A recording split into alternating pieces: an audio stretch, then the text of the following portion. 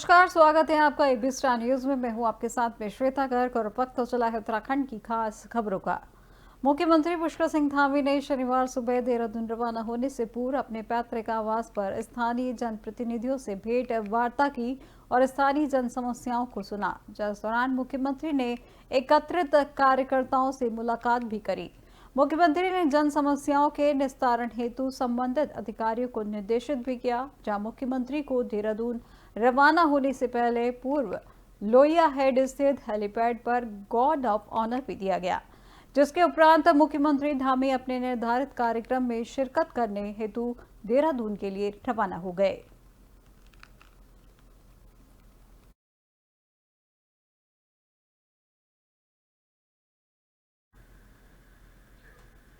जहां 1 साल से निकाय चुनाव के लिए सरकार चुनाव नहीं करवा पा रही थी और चुनाव को टाल रही थी, वहीं अब चुनाव इसी साल कराने के आदेश उच्च न्यायालय ने सरकार को दिए हैं। जिस क्रम में कांग्रेस पार्टी ने आगामी समय में होने वाले नगर निकाय चुनाव को लेकर जिला देहरादून में चुनाव प्रभारी प्रकाश जोशी को नियुक्त किया है। वहीं चुनाव प्रभारी के द्वारा कांग्रेसियों के साथ एक बैठक तिलक भवन विकास नगर में की गई है, जिसमें पूर्व कैबिनेट मंत्री नव प्रभात, शहर अध्यक्ष कितेश जायसवाल, वरिष्ठ कांग्रेसी नेता प्रेम प्रकाश अग्रवाल, पूर्व शहर अध्यक्ष शम्मी प्रकाश, पूर्व सभासद नगर पालिका मुजीबुर रहमान, सलीम विकास नगर के नवनियुक्त मीडिया प्रभारी बलजीत सिंह, वरिष्ठ कांग्रेसी नेता संजय जैन, महिला कांग्रेस नेता शशि चौहान और कई अन्य कांग्रेस जन इस बैठक में शामिल रहे। वहीं चुनाव प्रभारी प्रकाश जोशी ने राज्य सरकार पर देर से चुनाव कराए जाने और उसे टालने के बारे में भी मीडिया से वार्ता की। तो वहीं उन्होंने कहा कि कांग्रेस पार्टी मजबूती के साथ नगर निकाय के चुनाव लड़ेगी और निकाय चुनाव में जीत भी हासिल करेगी।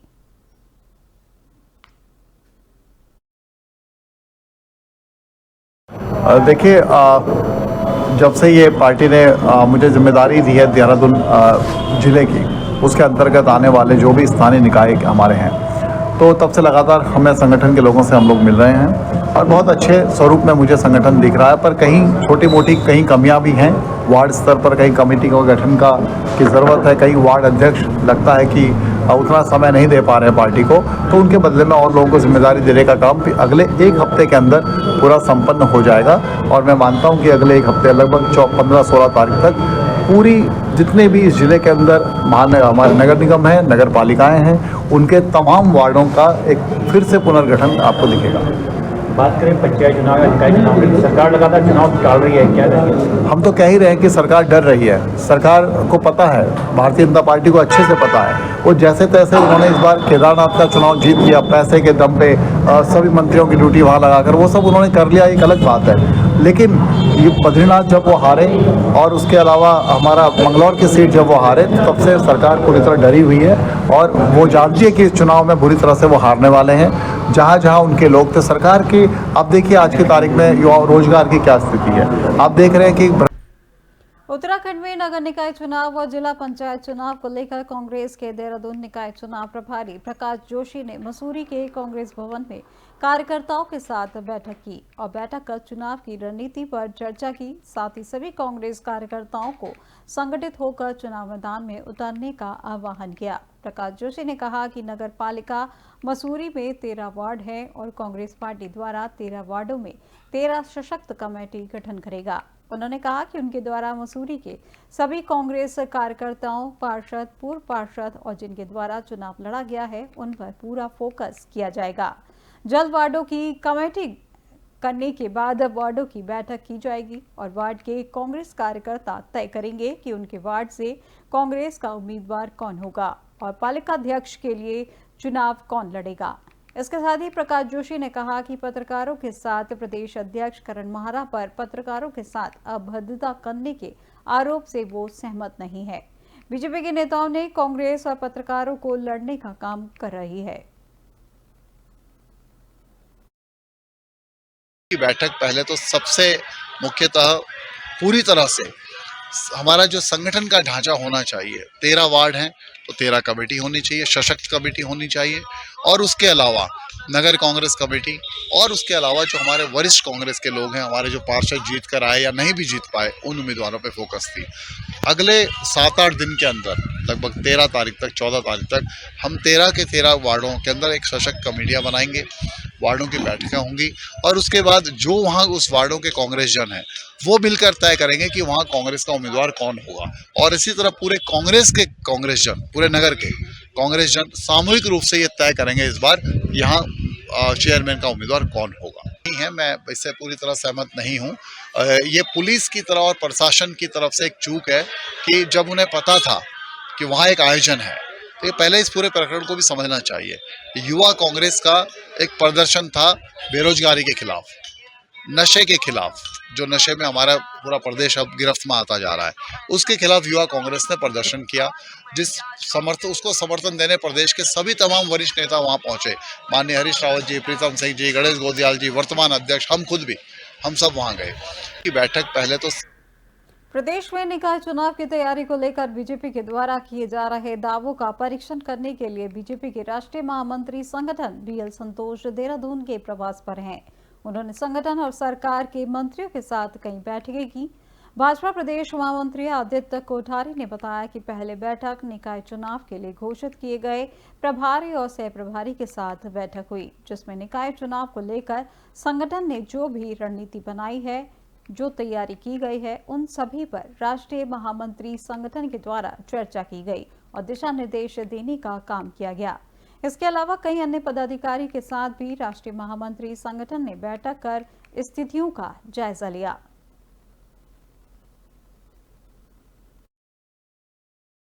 भारतीय जनता पार्टी के राष्ट्रीय महामंत्री संगठन आदरणीय बीएल संतोष जी आज उत्तराखंड की एक महत्वपूर्ण बैठक में उनका मार्गदर्शन हमको प्राप्त हुआ है और इस बैठक में हमारे जिलों के प्रभारी, सह प्रभारी और 11 नगर निगम के जो हमने प्रभारी बनाए हैं उनके साथ ही प्रदेश की टोली ये इस बैठक में सम्मिलित रही और इस बैठक में आदरणीय बीएल संतोष जी के साथ ही प्रदेश के प्रभारी दुष्यंत गौतम जी, प्रदेश की सह प्रभारी रेखा वर्मा जी, इनका भी मार्गदर्शन सभी कार्यकर्ताओं को मिला है और बैठक में मुख्यतः नगर निगम चुनाव के संबंध में क्या क्या रणनीति हमको बनानी है, किन किन बातों का ध्यान रखना है और चुनाव की घोषणा से पहले क्या क्या हमारी रणनीति का हिस्सा हो सकता है, इन सभी विषयों पर चर्चा हुई है और राष्ट्रीय महामंत्री संगठन संतोष।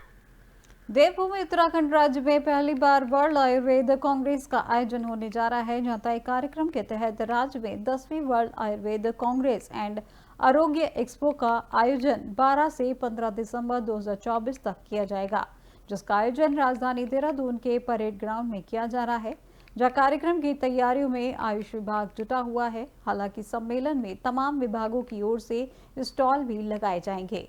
आगामी 10वीं वर्ल्ड आयुर्वेद कांग्रेस एंड आरोग्य एक्सपो में भारत और अन्य 54 देशों से मिलकर 7,000 से अधिक डेलीगेट्स भी आ रहे हैं, जहां सम्मेलन में 1 लाख लोगों के शामिल होने का अनुमान है।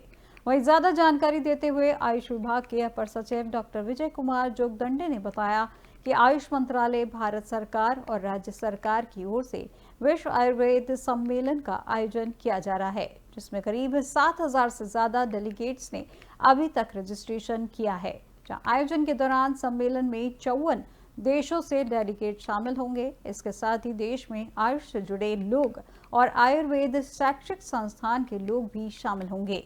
उन्होंने बताया कि 200 से अधिक एग्जीबिशन स्टॉल विभिन्न संस्था के विभागों की ओर से सम्मेलन में स्टॉल भी लगाए जाएंगे। सभी व्यवस्थाएं अंतर्राष्ट्रीय मानक के अनुरूप की जा रही हैं। उत्तराखंड राज्य में पहली बार इसका आयोजन हो रहा है, जिसमें पर्यटन विभाग, उद्योग विभाग और कृषि विभाग समेत अन्य विभाग शामिल हैं।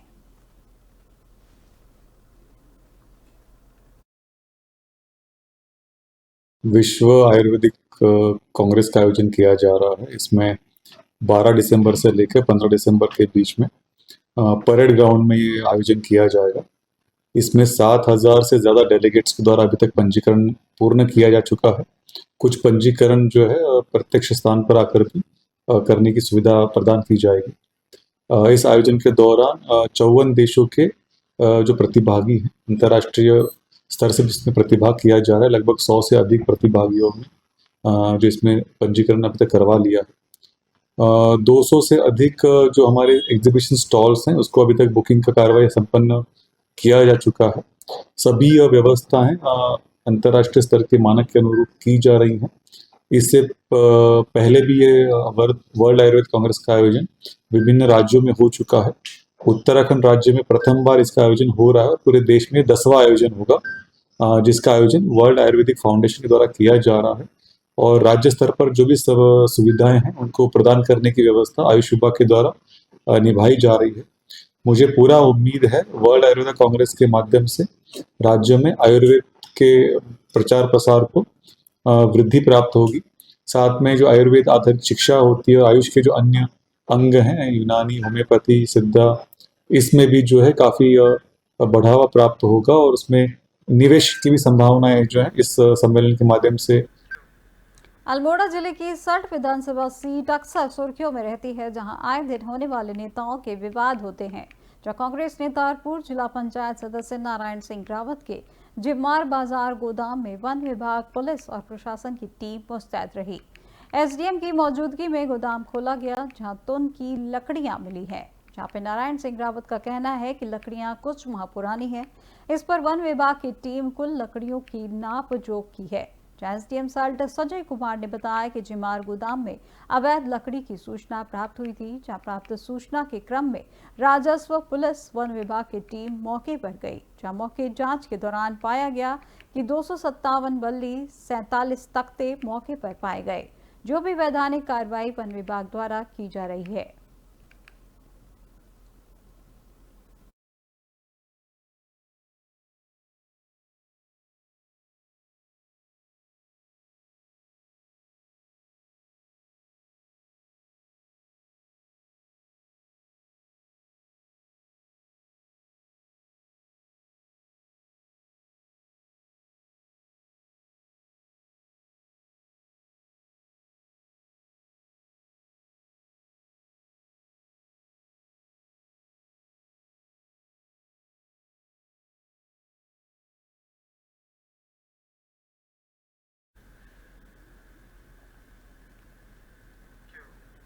उत्तराखंड में बारिश बर्फबारी का इंतजार खत्म होने जा रहा है। जब मौसम विभाग ने 8 और 9 दिसंबर को प्रदेश भर में हल्की बारिश और 2500 मीटर से ऊंचाई वाले इलाकों में बर्फबारी की संभावना जताई है। जब प्रदेश में अक्टूबर-नवंबर में बारिश नहीं होने के कारण तापमान सामान्य से ऊपर चल रहा है। देहरादून के मौसम विज्ञान केंद्र के मौसम वैज्ञानिक रोहित थपियाल का कहना है कि 8 और 9 दिसंबर को प्रदेश के पश्चिमी विक्षोभ का असर दिखेगा, जिससे प्रदेश भर में हल्की बारिश व 2500 मीटर की ऊंचाई वाले क्षेत्रों में बर्फबारी होने के आसार हैं। इसके बाद अगले 3 से 4 दिन में तापमान में 2 से 4 डिग्री की कमी आने से ठंड बढ़ेगी।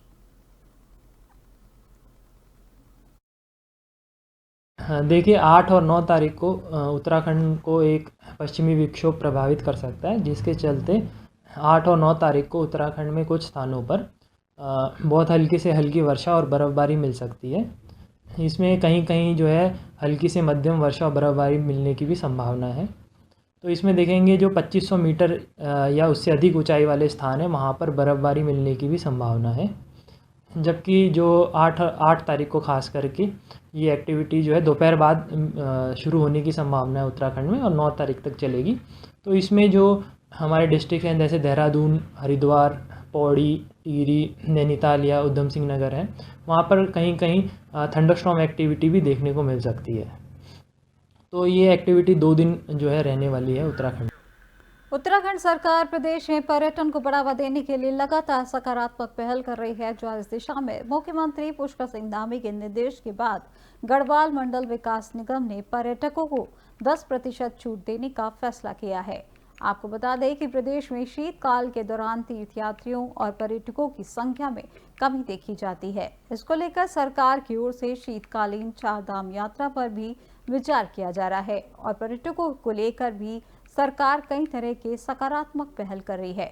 गढ़वाल मंडल विकास निगम के गेस्ट हाउस में पर्यटकों के लिए कई तरह की सुविधा मुहैया कराई जा रही है, जिसके साथ साथ उन्हें 10% की छूट देकर इसका लाभ लेने का भी अनुरोध किया जा रहा है। पर्यटन को देखते हुए माननीय मुख्यमंत्री द्वारा एक घोषणा की गई। शीतकालीन पर्यटन थोड़ा हमारा स्लो रहता है, तो उसी को बढ़ावा देने के लिए माननीय मुख्यमंत्री जी के निर्देश के क्रम में हमने गढ़वाल मंडल में हमारे जितने भी TRH हैं 88 हैं, उनमें 10% डिस्काउंट का अपना वेबसाइट में भी प्रसारित भी कर दिया है। और आपके माध्यम से मैं जो भी लोग आना चाह रहे हैं तो उनको एक रिक्वेस्ट है, अनुरोध है कि TRH की फैसिलिटी का उपयोग करें। बेस्ट लोकेशन, बेस्ट अकोमोडेशन और 10% का डिस्काउंट, इसमें हम लोग सभी अपने कस्टमर्स को दें। उत्तराखंड की अब तक की खबरों में फिलहाल बस इतना ही और देश दुनिया की तमाम जानकारी के लिए देखते रहिए AB स्टार न्यूज़। नमस्कार।